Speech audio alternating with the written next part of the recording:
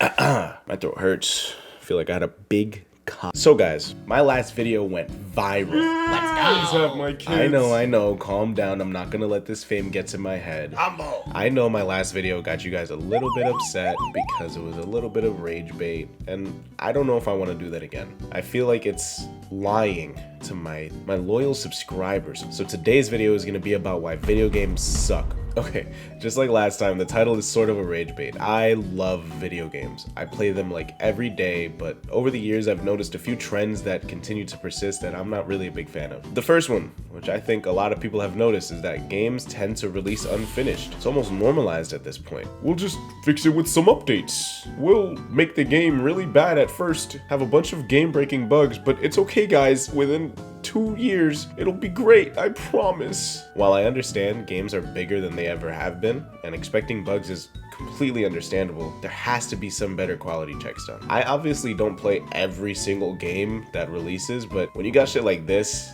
and this happening in your AAA game, it kind of feels a little silly, no? When I was a kid, games had bugs and glitches all the time, but for the most part, they weren't game breaking. Unless you're talking about like Sonic 06, game breaking, they were just bugs that you could quickly reset the game or didn't really affect your gameplay at all. Things like Missing No and Pokemon technically were game breaking, but the odds of you actually finding this glitch were so rare that I can't even believe someone actually found this. I don't know how it was done. I don't know who did it. I don't know under what circumstances they found it in, but if it was an accident, holy fucking shit. That's insane. The steps for this are ridiculous. Games felt much more finished back then versus now. I hate to sound like a boomer. I'm 21, so I know I'm pushing death, but the gaming industry has a tight hold on the developers and forces them to release games super early, rushed, unfinished, or just half-assed. They rely on updates afterwards to fix these issues, but again, it isn't really a good way to go about it. I'm paying full price for these games. Full price, which by the way has gone up $10. So it's $70 per game, not including tax. And you're expecting me to play this unfinished mess? I was talking with some people the other day, and they mentioned a game. I believe it was Fallout 76, I'm not sure. But they said it was really bad upon release, and that 6 years later, right now, it's actually pretty good. You're telling me that people actually waited those 6 years for it to get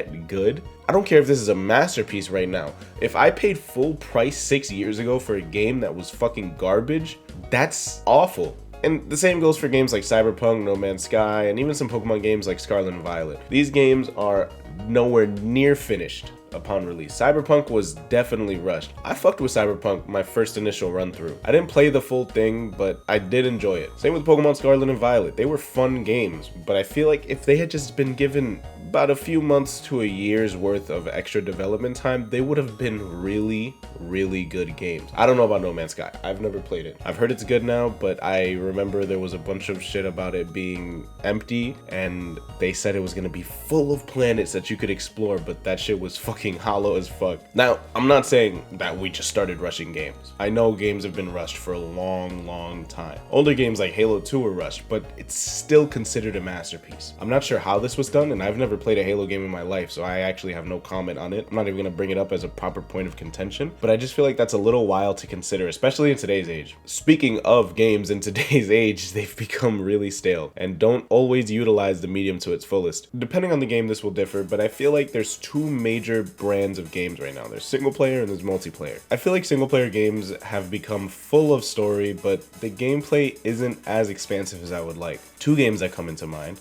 Death Stranding and the Final Fantasy VII Remake. I feel like these two games are glorified walking simulators. To prove that, I have some footage of actual gameplay in Final Fantasy VII in the remake. The Final Fantasy VII Remake was deadass so boring.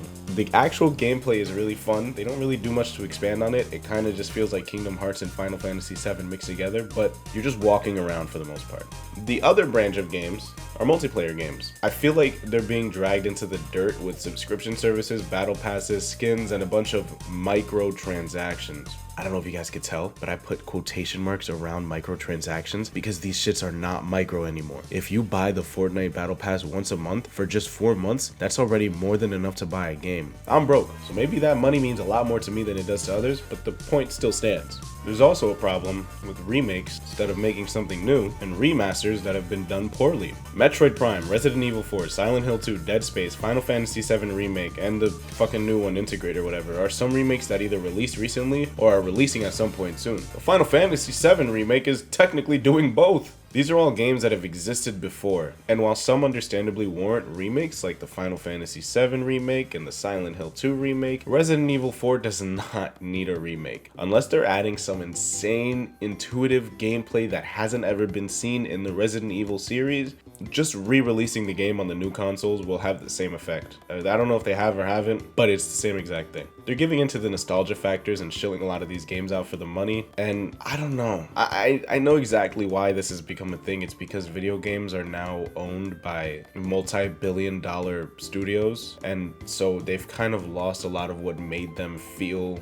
special, but that's a point for later. Remasters are probably the best things to do for most games like these. A simple remaster of Resident Evil 4 would have sufficed. However, the current state of the gaming industry has me worried. When games like the GTA San Andreas remaster come out looking like this, it makes me wonder if they even cared about it at all. Just re-release the original game at that point. It's leagues better. I actually haven't played the Silent Hill HD collection, but from what I've heard, they did it really bad, which sucks, because I like Silent Hill 2, like, a lot. I think it's really fun. While I'm excited for the remake, I feel like just porting over the game would have been fine enough, but my opinion on this is kind of mixed, so I don't know. The Kingdom Hearts remasters on the PS3, I know, not recent, somehow ran slower in some instances than the PS2 versions did, which is like, what? Every remaster afterwards fixed that issue, but that's because the Kingdom Hearts fanbase is something else. I think this stems from the fact that gaming has become mainstream. Older games didn't have as tight regulations or deadlines because they weren't as in demand as video games are now. So with the ever-evolving state of video games and their development, said developers are forced into time constraints and subject to being overworked, thus releasing a game that just overall feels unfinished, empty, or bad. Not every game that releases is like this though. Of course there are games that release all the time that are finished and, like, despite some bugs, are seen as great games and genuinely go against everything I just said in this past like fucking 10 minutes. But my point isn't that every video game is like this. It's that so many have released in these poor conditions, which has made me feel like it's almost being normalized. Like, it's just okay for them to release a game unfinished because they can give it a 30 gig update on top of the fact that the game is like 100 gigs. That just doesn't make much sense to me. Maybe I'm missing something. I don't know. To further go against the point I've just made, some great mostly finished games that released that I've personally played in the last, let's say, like 5 years have been God of War Ragnarok, The Legend of Zelda, Tears of the Kingdom, Pokemon Legends Arceus, and Spider-Man 2, and just a bunch of other games. I don't really need to name every single game I've played in the past 5 years to explain that games can be good on release, because we know this. This is a known thing, but whatever, man, I'm just yapping. It's fine. I don't really know how to end this video. I don't know how to, like, properly say goodbye in a video yet. I'll see you guys next time. Thanks for tuning in. I'm gonna use some real magic to fix that.